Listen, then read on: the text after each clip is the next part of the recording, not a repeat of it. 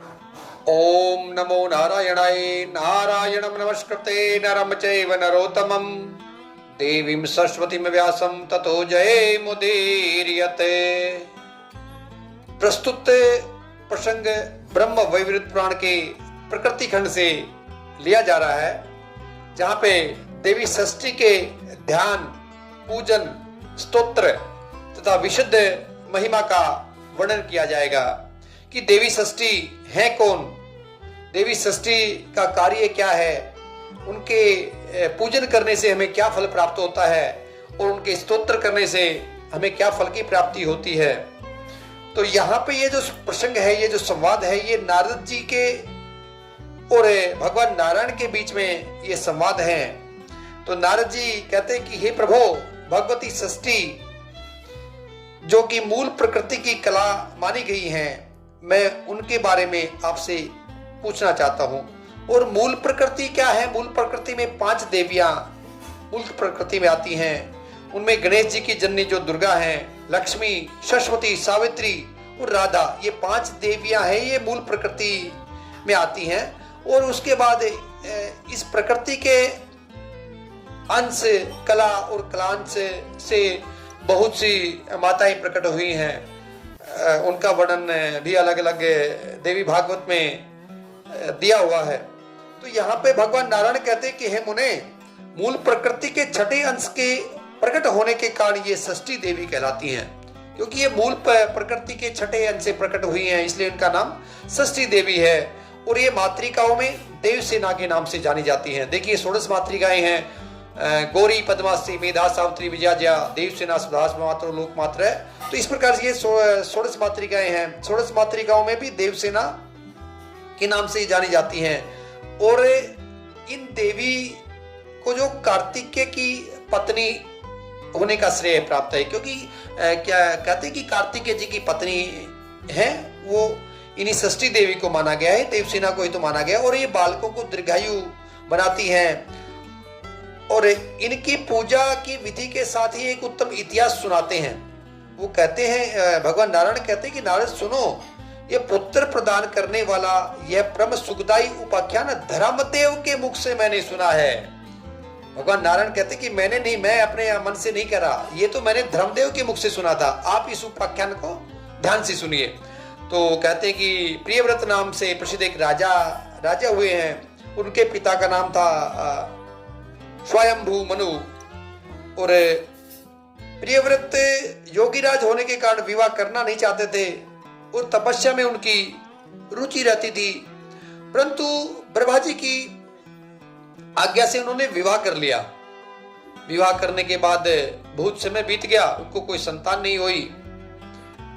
तो कश्यप जी ने उनसे पुत्रेष्टि यज्ञ कराया था। तो पुत्रेष्टि यज्ञ कराने के बाद उनकी जो भार्या मालिनी थी, तो मुनि ने चरु भक्षण को दिया। और चरु भक्षण होने के बाद रानी मालिनी गर्भवती हो गई और एक कुमार पैदा हुआ। लेकिन वो कुमार जो पैदा हुआ, वो कुमार मरा हुआ था, यानी कि जो संतान पैदा हुई वो गर्भ से ही मरी हुई संतान ने उसको पैदा हुई।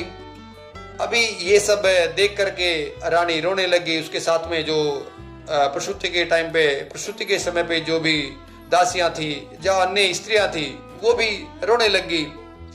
ये बातें शोक की कारण सुन करके शोक में आकर के वो रानी मूर्छित हो गई। राजा प्रियव्रत उस मृत बालक को लेकर के शमशान में चले गए और शमशान में उस बच्चे को अपने गले से लगा लिया और आंसुओं की धारा उनके आंखों से बहने लग गई। तो यहाँ पे एक घटना घटती है कि एक दिव्य विमान आसमान से उतर के आता है और उस विमान के ऊपर बैठ करके एक कोई परम सुंदरी देवी राजा को दिखाई पड़ी, जो कि बिल्कुल श्वेत चंपा फूल के समान श्वेत वर्ण की थी और तरुण अवस्था में थी। और देवी बड़ी मुस्कुरा रही थी। उन्हें सामने से उनको देखा, देवी को देखा तो बच्चे को तो भूमि पे लिटा दिया और राजा उस देवी की पूजा करने लगे और पूजा करके स्तुति करने लगे। राजा प्रियव्रत उनसे पूछते हैं कि हे माता, हे सुव्रते, हे वरारोहे, हे कांते, हे सुशोभने, आप हो कौन? आपके पति देव कौन है? आप किसकी कन्या हो? तुम स्त्रियों में धन्यवाद एवं आदर की पात्र हो। यहां पे भगवान नारायण नारद को एक कथा सुना रहे हैं कि वो तो भगवती देवसेना थी और पुरुषों में देवता दैत्यों से ग्रस्त हो चुके थे। पुरुषों में की एक कहानी सुनाते हैं कि जब देवता और दैत्यों में युद्ध हुआ था तो इन देवी ने स्वयं सेना बन करके देवताओं का पक्ष लेकर के युद्ध किया था और इन्हीं की कृपा से देवता विजयी हो चुके थे, इसलिए इनका नाम देवसेना पड़ गया था। इनका नाम देवसेना क्यों पड़ा था? क्योंकि देवता और दैत्यों में आपस में परस्पर युद्ध हुआ था और यही सेना बना करके, यही सेना के रूप में देवताओं के पक्ष में इन्होंने लड़ी थी और दैत्यों को हराया था, इसलिए इनका नाम देवसेना पड़ गया था। तो यहाँ पे भगवती देवसेना ने राजा प्रियव्रत से कहा कि हे राजन, मैं ब्रह्मा जी की मानसी कन्या हूं और मेरा नाम देवसेना है। मुझ देवी का नाम है वो देवसेना है और विधाता ने मुझे उत्पन्न करके स्वामी कार्तिकेय को सौंप दिया। तो कार्तिकेय की पत्नी बताते हैं और कहते हैं कि स्कंद की पतिव्रता भार्या होने का गौरव मुझे प्राप्त है और मातृकाओं में मेरी प्रसिद्धि है और भगवती मूल प्रकृति के छठे अंश से प्रकट होने के कारण विश्व में देवी षष्ठी के नाम से मेरी प्रसिद्धि है, क्योंकि मूल प्रकृति की जो है उससे छठे अंश में मैं पैदा हुई हूँ, इसलिए मेरा नाम षष्ठी देवी भी कहा है। और मेरे प्रसाद से पुत्रहीन व्यक्ति सुयोग्य पुत्र प्राप्त करता है, प्रियाहीन जनप्रिया दरिद्री धन प्राप्त करता है और कर्मशील पुरुष कर्मों के उत्तम फल प्राप्त कर देते हैं। हे राजन, सुख दुख भय शोक अर्श मंगल संपत्ति और विपत्ति ये सब कर्म के अनुसार तो होते हैं। अपने ही कर्म के प्रभाव से पुरुष अनेक पुत्रों का पिता होता है और कुछ लोग पुत्रहीन भी हो जाते हैं, तो किसी को मरा हुआ पुत्र पैदा होता है और किसी को दीर्घजीवी। यह कर्म का फल है, बोला अपने अपने ये सब कर्मों का फल है और कर्म सबसे बलवान है। इस प्रकार माता देवसेना राजा प्रियव्रत को ये कहानी बताती हैं। आगे कहती है कि हे मुने, इस प्रकार कह करके देवी षष्ठी ने उस बालक को उठा लिया।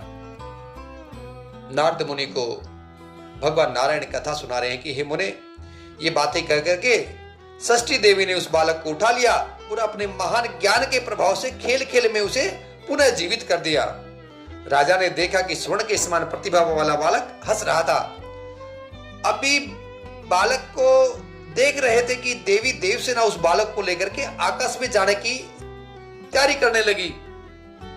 ये देख करके राजा के कंठ सूख गए, उष्ट सूख गए, तालु सूख गए। वे पुनः देवी की स्तुति करने लगे। देवी की स्तुति सुन करके माता षष्ठी देवी संतुष्ट हो गई और राजा से फिर से अपने वचन कहने लगी।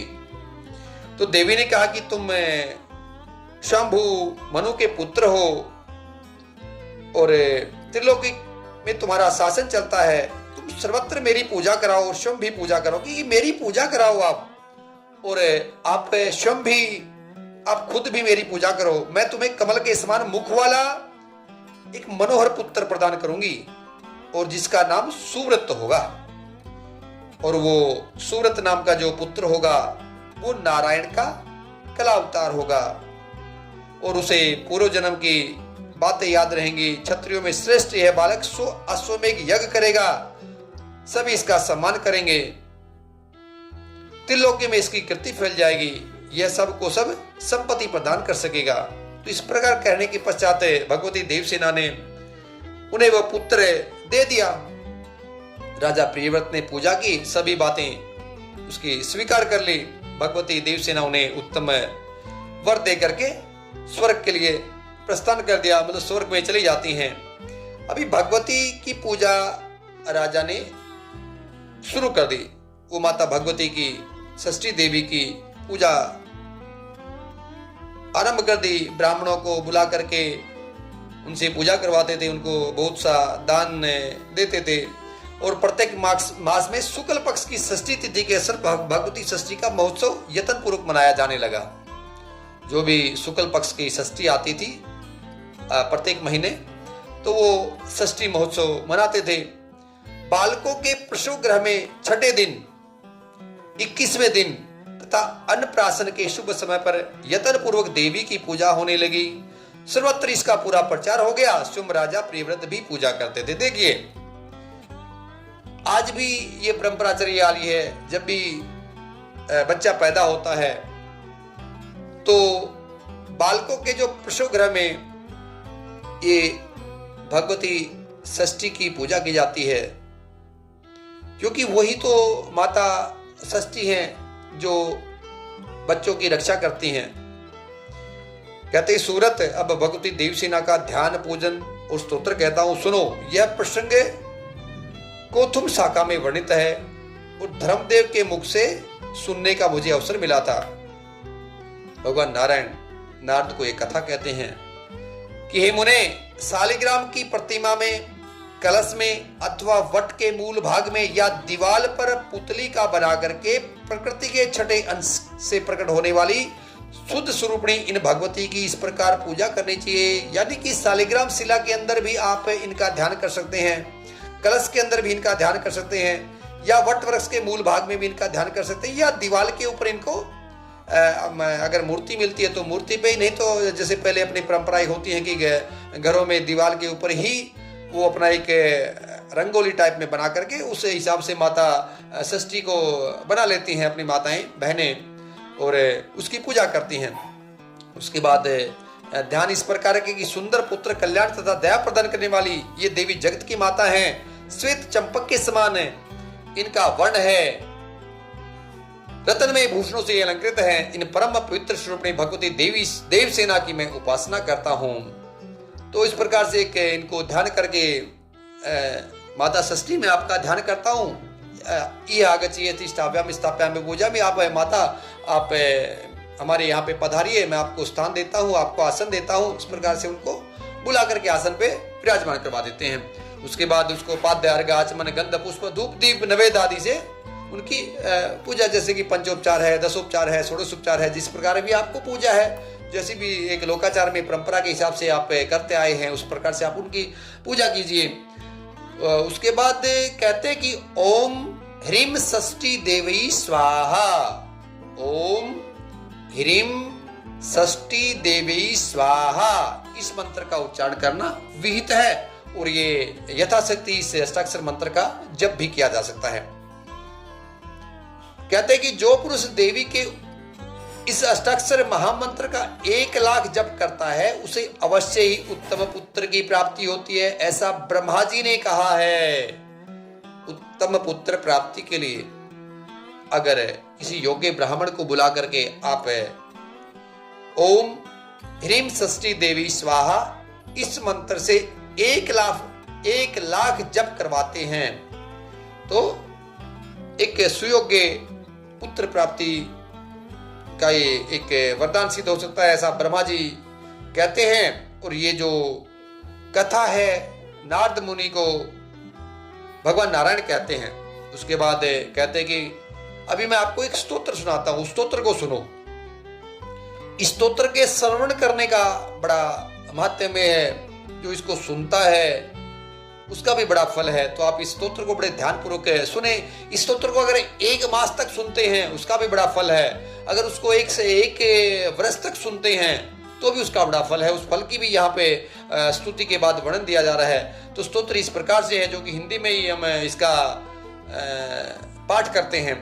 देवी को नमस्कार है, महादेवी को नमस्कार है, भगवती सिद्धि एवं शांति को नमस्कार है, शुभा देवसेना और भगवती षष्ठी को बार बार नमस्कार है, वरदा पुत्रदा धनदा सुखदा एवं मोक्ष प्रदा भगवती षष्ठी को बार बार नमस्कार है, मूल प्रकृति के छठे अंश के से प्रकट होने वाली भगवती सिद्धा को नमस्कार है, माया सिद्ध योगिनी सारा शारदा और प्रादेवी नाम से शोभा पाने वाली भगवती षष्ठी को बार बार नमस्कार है, बालकों की अधिष्ठात्री कल्याण प्रदान करने वाली कल्याण स्वरूपिणी एवं कर्मों के फल प्रदान करने वाली देवी षष्ठी को बार बार नमस्कार है, अपने भक्तों को प्रत्यक्ष दर्शन देने वाली तथा सबके लिए संपूर्ण कार्यों में पूजा प्राप्त करने की अधिकारिणी स्वामी कार्तिकेय की प्राण प्रिया देवी षष्ठी को बार बार नमस्कार है। स्वामी कार्तिकेय की प्राण प्रिया देवी षष्ठी को बार बार नमस्कार है।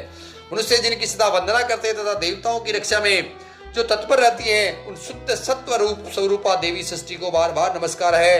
हिंसा और क्रोध से रहित भगवती षष्ठी को बार बार नमस्कार है। सुरेश्वरी, तुम मुझे धन दो, प्रिया पत्नी दो और पुत्र देने की कृपा करो। हे सुरेश्वरी, हे भगवती षष्ठी, मुझे धन दो, मुझे प्रिया पत्नी दो और पुत्र देने की कृपा करो। हे महेश्वरी, तुम मुझे सम्मान दो, विजय दो और मेरे शत्रुओं का संहार कर डालो।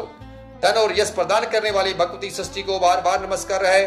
सुपूजिते, तुम भूमि दो, प्रजा दो, विद्या दो और कल्याण एवं जय प्रदान करो। तुम षष्ठी देवी को बार बार प्रणाम है। षष्ठी देवी को बार बार प्रणाम है। ओम ह्रीं षष्ठी देवी स्वाहा। तो कहते हैं कि इस प्रकार स्तुति करने के पश्चात महाराज प्रियव्रत ने षष्ठी देवी के प्रभाव से यशस्वी पुत्र प्राप्त कर लिया। राजा प्रियव्रत को यशस्वी पुत्र प्राप्त हुआ, जो कि माता ने उनको वरदान दिया हुआ था, जिनका नाम है सुव्रत था। आगे कहते हैं कि ब्राह्मण, जो पुरुष भगवती षष्ठी के स्तोत्र को 1 वर्ष तक श्रवण करता है, आप 1 वर्ष तक इस स्तोत्र को श्रवण करना है, सिर्फ पाठ करने की नहीं बोल रहे, यहाँ पे श्रवण करता है, वह यदि अपुत्री हो तो दीर्घजीवी सुंदर पुत्र प्राप्त कर लेता है। जो 1 वर्ष तक भक्ति पूर्वक देवी की पूजा करके इनका यह स्तोत्र सुनता है, 1 वर्ष तक अगर भगवती षष्ठी देवी की पूजा करके इस स्तोत्र को सुनता है, उसके संपूर्ण पाप विलीन हो जाते हैं। महान वंध्या भी इसके प्रसाद से संतान प्रसव करने की योग्यता प्राप्त कर लेती है।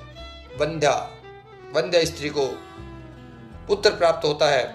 यह भगवती देवसेना की कृपा से गुणी, विद्वान, यशस्वी, दीर्घायु एवं श्रेष्ठ पुत्र की जननी होती है। काकवंध्या एवं व्रतवच्छा नारी 1 वर्ष तक इसका काकवंध्या के आते, जैसे किसी स्त्री को 12 वर्ष तक या 8 वर्ष तक संतान पैदा नहीं होती तो उसको काकवंध्या बताया गया है। मृतवच्छा, जब बच्चे पैदा होते ही जिसके मर जाते हैं या गर्भ से ही बच्चा पैदा होता है, वही मृतक बच्चा पैदा होता है, तो मृतवच्छा नारी कहा जाता है उसको।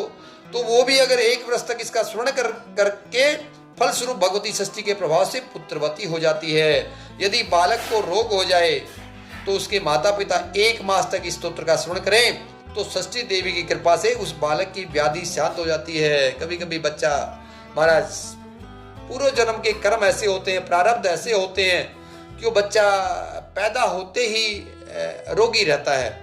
तो ऐसी अवस्था में उसके माता पिता 1 वर्ष तक इस भगवती जाता हूँ 1 मास तक अगर इसे भगवती षष्ठी देवी की पूजा करते हैं और ये स्तोत्र का श्रवण करते हैं तो उस बालक की व्याधि शांत हो जाती है। तो यहाँ पर ये जो हमने भगवती देवी के ध्यान पूजन स्तोत्र का जो वर्णन किया है वो ब्रह्म वैवृत पुराण से लिया गया था। ओम नमो देवी महादेवी शिवाय सततम नमः। नमः प्रकृति भद्रायै नीता पड़ता समताम।